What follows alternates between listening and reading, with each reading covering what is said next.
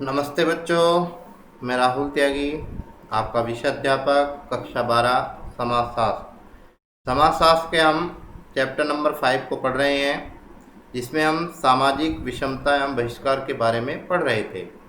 अब हम इस टॉपिक में, इस वीडियो में हम जो पढ़ेंगे उसका नाम क्या है, अन्य पिछड़ा वर्ग, यानी जो पिछड़े वर्ग। अभी आपने निम्न वर्ग के बारे में पढ़ा, निम्न जातियों के बारे में पढ़ा। अब इसमें क्या है, इससे पहले हमने वीडियो में अस्पृश्यता के बारे में पढ़ा। अब क्या पढ़ेंगे, अन्य पिछड़े वर्ग। उसमें भी ये वाली जो अस्पृश्यता है वो भी देखने को मिलती है। अस्पृश्यता सामाजिक विषमताओं का सबसे स्पष्ट उदाहरण है। यानी समाज के अंदर जो बहुत सारे विचार हैं, बहुत सारी विषमताएं हैं, बहुत सारे ऊंच नीचे, उसमें एक सबसे बड़ी क्या है, ये उदाहरण है अस्पृश्यता। अपनी व्यापकता के बावजूद भी जातियों का एक बड़ा समूह, जिससे सामाजिक अधिक्रम में निम्न माना जाता है, किंतु उसे स्पर्श नहीं माना जाता। यह शिल्पी यानी कारीगर जातियों के लोगों ने जो अछूत नहीं थे। यानी आप जानते हो कि बहुत सारे ऐसे वर्ग, ऐसी जातियां रही जिन्हें सामाजिक, अगर हम अधिक्रम में बात करें तो उन्हें अच्छा माना जाता था, उन्हें ठीक माना जाता था, फिर भी स्पर्श नहीं माना जाता, उन्हें छू नहीं सकते थे।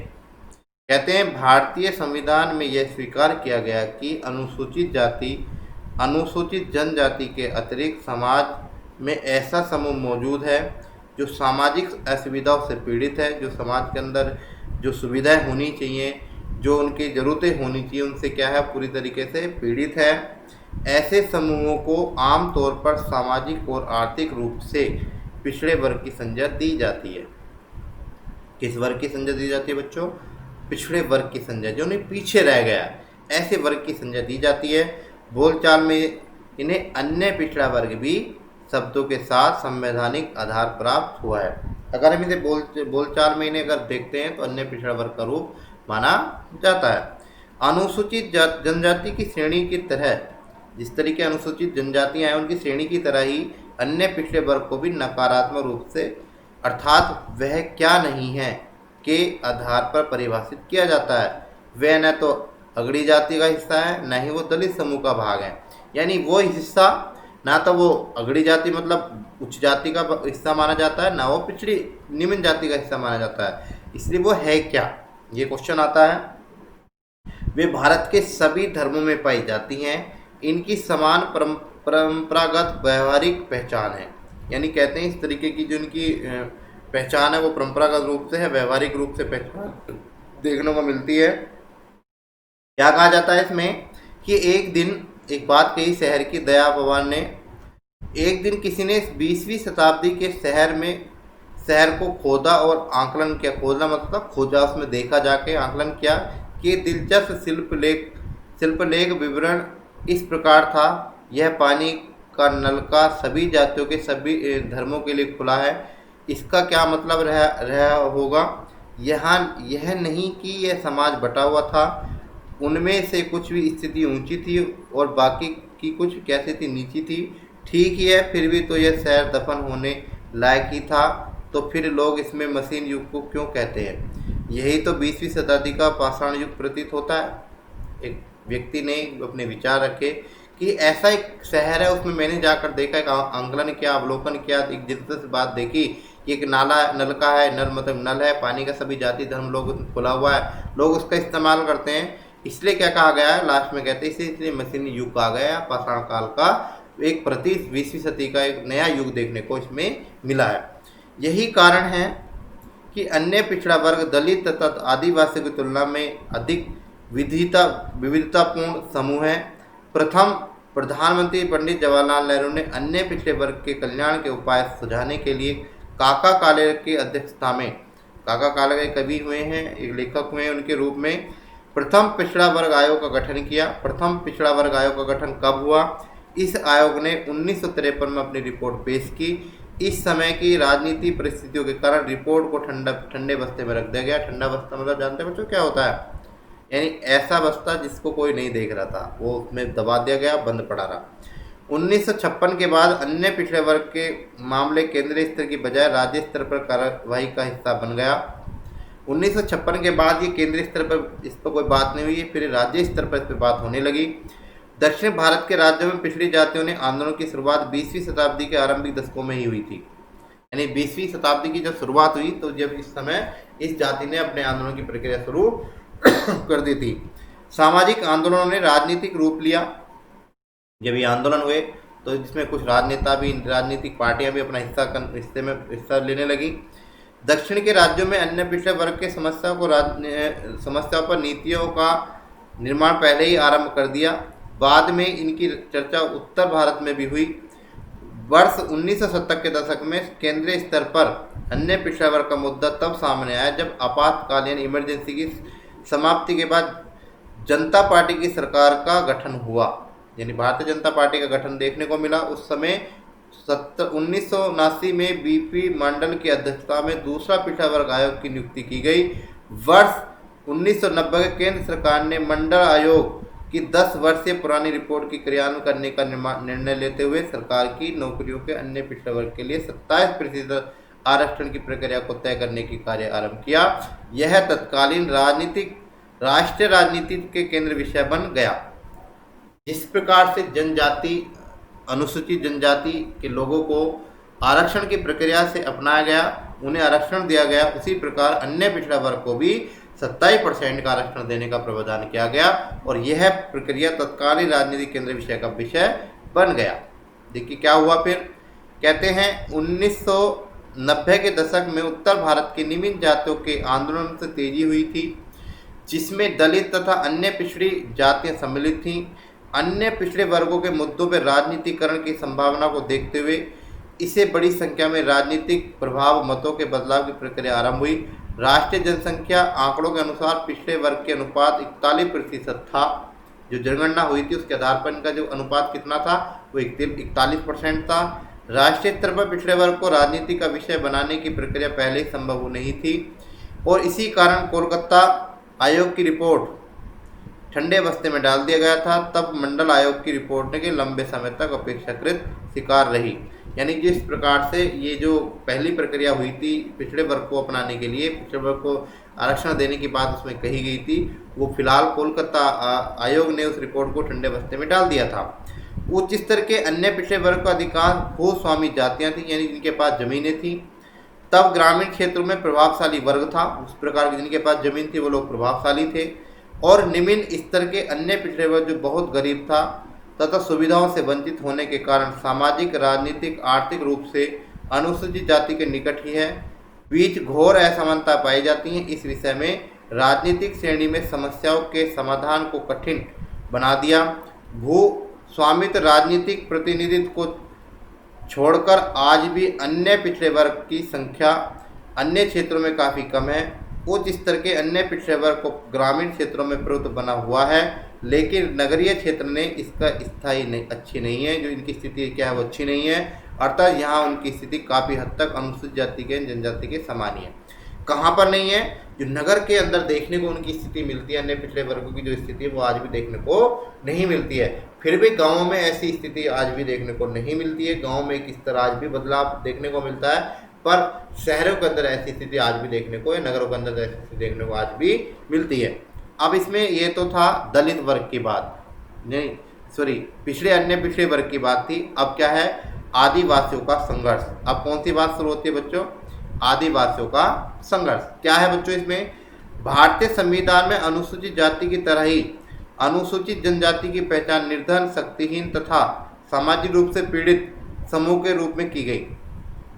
इनके रूप में की गई थी लोगों इन चीज़ों की। इनके पास न शक्ति है, न पहचान है, न इनके पास धन है, ये निर्धन है, गरीब व्यक्ति हैं। इन रूप में इनकी पहचान की गई थी। जनजाति के रूप में ऐसे लोगों की पहचान की गई जो पहाड़ी या जंगली इलाकों के विशिष्ट परिस्थितियों में अपने आर्थिक, सामाजिक तथा राजनीतिक विशेषताओं को आकार देते हैं। इन्हें वनवासी समझा जाता है, यानी वन में रहने वाले लोग हैं इसलिए वनवासी समझा जाता है। आर्थिक कारण के माध्यम से भी, परिस्थिति के कारण से भी, सामाजिक और राजनीतिक कारण से भी, विषमताओं के कारण भी देखने को इनकी स्थिति समझने को मिलती है। किंतु यह पृथक्करण कभी भी वास्तविक नहीं रहा। इस तरीके की बातें कभी भी सही नहीं रही। अर्थात जनजाति कभी भी एकदम संपर्क विहीन नहीं थी। कहते हैं संपर्क विहीन का मतलब होता है कि वो पूरी तरीके से समाप्त नहीं थी। उनके पास बहुत कुछ था। हिंदू समाज की संस्कृति के समान उनकी निकट का संबंध रहा है। इस संबंध में जनजाति और जाति के मध्य परिसीमाओं को समाप्त किया गया। यानी जनजाति और जाति के बीच में जो इनकी सीमाएं बटी हुई थी उन्हें क्या किया गया, उन्हें समाप्त किया गया। आदिवासियों के मामले में अगर हम बात करें, एक क्षेत्र से दूसरे क्षेत्र उनके प्रभाव की प्रक्रिया उलझी हुई है। पूर्वोत्तर राज्यों को छोड़कर देश के किसी अन्य क्षेत्र में जनजाति लोगों की जनसंख्या अधिक घनत्व नहीं है, यानी ज़्यादा संख्या देखने को वहाँ पर नहीं मिलती है। पूर्वोत्तर राज्य के क्षेत्र में देखने को इनकी संख्या मिलती है। 19वीं शताब्दी के मध्य में गैर जनजातीय लोग उन जनजातीय क्षेत्रों में प्रवेश करने लगे जहाँ पर प्रकृति संसाधनों की प्रचुरता है। उन्हीं क्षेत्रों में राजनीति लोगों के रोजगार की तलाश बागवानों, खादानों, कारखानों, रोजगारों के अन्य स्थलों पर चले जाते हैं। यानी ये जो जनजाति लोग हैं ये अपने रोजगार की तलाश में कहाँ चले जाते हैं। बहुत सारे क्षेत्र ऐसे होते हैं जहाँ पर ये रोजगार करते हैं, जैसे बागवान है, बागों में जाते हैं। खाने होते हैं जो वहाँ पर खुदाई होती है वहाँ पर वो जाते हैं। कारखाने लगे हुए तो वहाँ पर जाकर अपने रोजगार कार्य करने लग जाते हैं।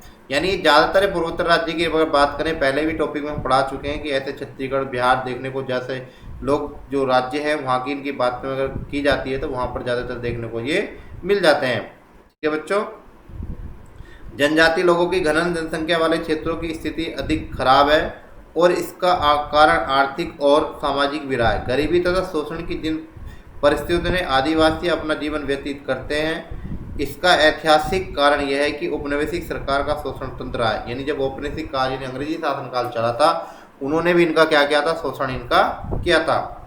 आदिवासी क्षेत्र में ब्रिटिश उपनिवेशिक सरकार ने तेजी से प्रकृति संसाधनों को बाहर निकाला आरंभ किया। स्वतंत्रता के बाद यह प्रक्रिया यथावत जारी रही। 19वीं शताब्दी के यथावत का मतलब था उसी प्रकार वो चलती रही।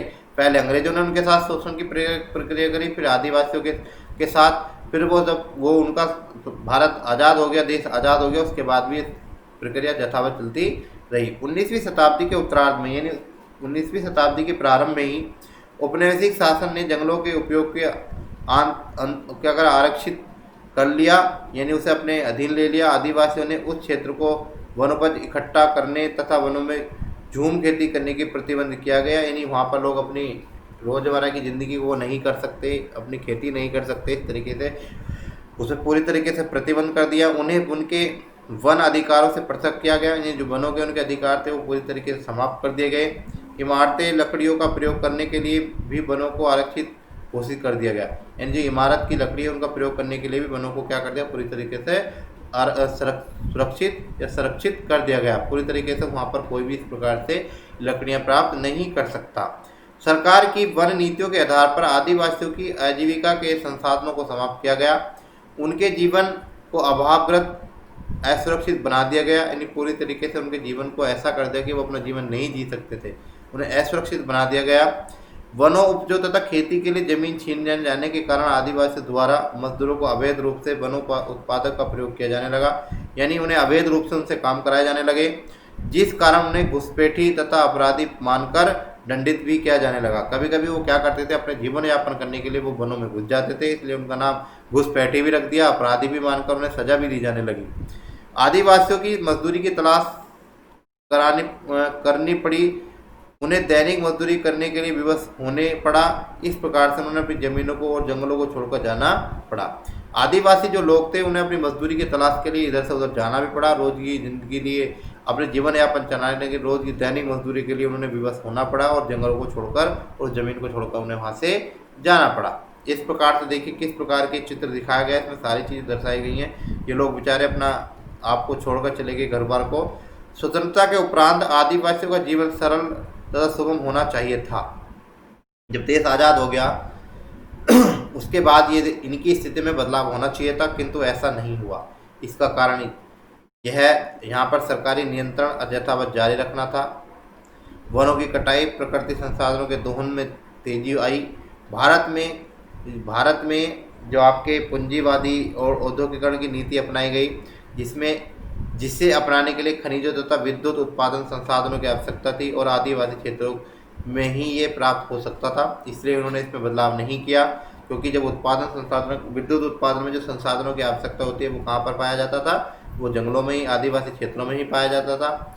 खनन प्रक्रिया में बांधों के निर्माण के लिए आदिवासियों की ज़मीनों को तेज़ी से अधिकृत किया गया, यानी उसको अपने अधीन कर लिया गया सरकार ने। इस प्रक्रिया में आदिवासियों को पर्याप्त मुआवजा तथा समुचित पुनर्वास के बिना उनकी अपनी ज़मीनों को पृथक कर दिया गया। ना उन्हें कोई मुआवजा दिया गया, ना कोई पैसा दिया गया, और ना उनके लिए कोई दोबारा कहीं पर घर बनाए गए। राष्ट्रीय प्रगति तथा आर्थिक समृद्धि के लिए इस जायज़ ठहराया गया, यानी गलत ठहराया गया। इससे आंतरिक उपनिवेशवाद ने आदिवासियों को सब कुछ, यानी उनका वह सब छीन लिया जिस पर वो निर्भर थे। कहते हैं जो उपनिवेशी काल था, आंतरिक उपनिवेशवाद जो आया था, उसने आदिवासियों का सब कुछ छीन लिया था, और इसलिए वो जिन पर वो निर्भर रहते थे। पश्चिमी भारत में मध्य प्रदेश और गुजरात में नर्मदा नदी पर बनाए गए बांध परियोजना में, आंध्र प्रदेश में गोदावरी नदी में पोलावरम परियोजना में लाखों की संख्या में आदिवासियों को विस्थापित किया गया, यानी जो लोग वहाँ पर रहते थे उन्हें समाप्त कर दिया गया, उन्हें हटा दिया गया, जिस कारण वे पहले से कहीं अधिक अभाव में जीने के लिए संपृक्त हुए। पहले वो जिस प्रकार से जी रहे थे वो तो ठीक था, उससे भी ज़्यादा कठिनाई से उन्हें जीना पड़ा।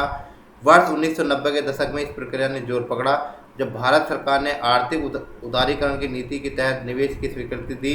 तो नीति के आधार पर परियोजना के लिए जमीन का अधिग्रहण अत्यधिक असमान बनाया गया, यानी भारत ने 1990 के दशक में इस प्रक्रिया पर जोर दिया, और भारत सरकार ने आर्थिक उदारीकरण की नीति को तहत निवेश की स्वीकृति गई, यानी 1990 के दशक में ही, यानी और देश हमारे देश के अंदर अपना निवेश कर सकता था। उदारीकरण की नीति को अपनाया गया। इस पर वो क्या परियोजना के लिए जमीनें थी उन्हें अधिकृत करा गया और आसान बनाया गया। अब दलित शब्द की तरह ही आदिवासी शब्द की राजनीतिक संघर्ष आधुनिक अधिकारों की चेतना का सूचक है। वर्ष 1930 के दशक में औपनिवेशिक सरकार और बाहरी निवासियों के विरुद्ध संघर्ष की प्रक्रिया के प्रेरित था। आदिवासी होने का मतलब स्वतंत्रता के बाद बार बार विस्थापन होना था, यानी आदिवासी थे इसलिए इन्होंने बार बार वहाँ से जाना पड़ेगा। जंगल और जमीनों को वंचित वर्ग के अनुभव का प्रतीक है, यानी उन्हें जंगल भी उनके छीने जाते थे, उनकी ज़मीन भी छीनी जाती थी, इसलिए वो वंचित वर्ग के रूप में आते थे। कौन? आदिवासी। विडम्बनाओं और अपेक्षाओं के साथ साथ कई जातियाँ समूह बाहरी लोगों के विरुद्ध संघर्षरत रही, जिसे वे दिक्को कहते हैं। जिन्हें क्या कहते हैं? वो दिक्को कहते हैं। वो सबसे बड़ी समस्या उनके लिए एक और रही कि बाहरी जातियाँ भी आकर उन पर प्रभावित हो रही थी, उन पर अधिकृत करना चाहती थी। स्वतंत्रता के बाद भारत के आदिवासी आंदोलन की सर्वाधिक महत्वपूर्ण उपलब्धता झारखंड और छत्तीसगढ़ के पृथक राज्य निर्माण के रूप में सामने आई। झारखंड और छत्तीसगढ़ क्रम से बिहार और मध्य प्रदेश के विभाजित होकर अलग राज्य बने हैं। अभी मैंने बात करी थी कि मध्य पूर्व जो क्षेत्र है उस प्रकार के क्षेत्रों में जो बिहार और मध्य प्रदेश में जो कुछ ऐसे क्षेत्र है, कहते हैं झारखंड आपका बिहार से और छत्तीसगढ़ मध्य प्रदेश विभाजित होकर अलग राज्य बने थे। इसी प्रकार आदिवासी संघर्ष में प्रवृत्ति दलित वर्ग से भिन्न है, और दलितों के विपरीत में आदिवासी विशेष क्षेत्र में संकेंद्रित थे, जिस कारण वह पृथक राज्यों के गठन की मांग कर रहे हैं। इसके बावजूद भी झारखंड और छत्तीसगढ़ भी बिहार से और जब मध्य प्रदेश से दोनों राज्य बन गए, उसके बावजूद भी ये और राज्य की मांग कर रहे थे कि नया गठन किया जाए और नए राज्य के रूप में इन्हें विकसित किया जाए। इस प्रकार से इसमें हमने आपका अन्य पिछड़ा वर्ग और आपके आदिवासियों के बारे में हमने पढ़ा। इससे अगली वीडियो को लेकर हम उपस्थित होंगे, जिसमें अगला भाग उसमें हम पढ़ेंगे। धन्यवाद।